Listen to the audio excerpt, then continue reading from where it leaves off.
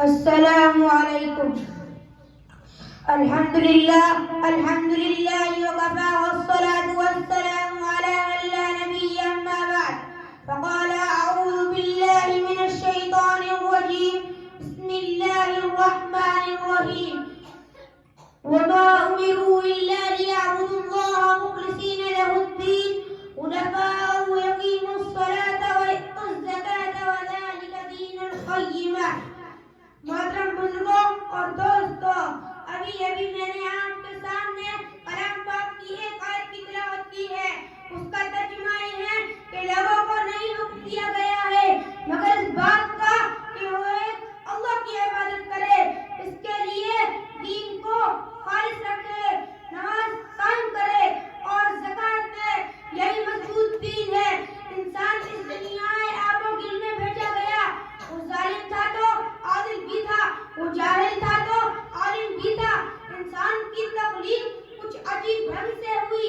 خالق کائنات نے اس میں گونت برکتیں رکھ دی، اور اگر خدا کے انکار پر اتر آیا تو فرعون و شداد بن گیا، اور اگر اطاعت پر اتر آیا تو فرشتوں سے بھی بازی رہ گیا.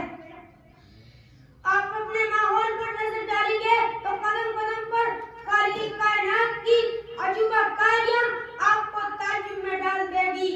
انسان کس طرح سے اللہ تعالیٰ کی خوشنودی حاصل کرتا ہے اور کس طرح نہیں. قرآن مجید میں اس سلسلے میں بہت کچھ کہا گیا ہے، لیکن اگر اس کا خلاصہ چند الفاظ میں ذکر کیا جائے تو کہا جا سکتا ہے کہ انسان خدا کے احکام پر دل سے عمل کرتا ہے تو رضائے الہی کا مستحق ہے، اور اگر خدا کے احکام پر عمل نہیں کرتا تو کرتا لیکن دل سے عمل نہیں کرتا تو خدا بلکہ دکھانے کے لیے کرتا ہے تو خدا تعالیٰ کی خوشنودی حاصل نہیں کر سکتا.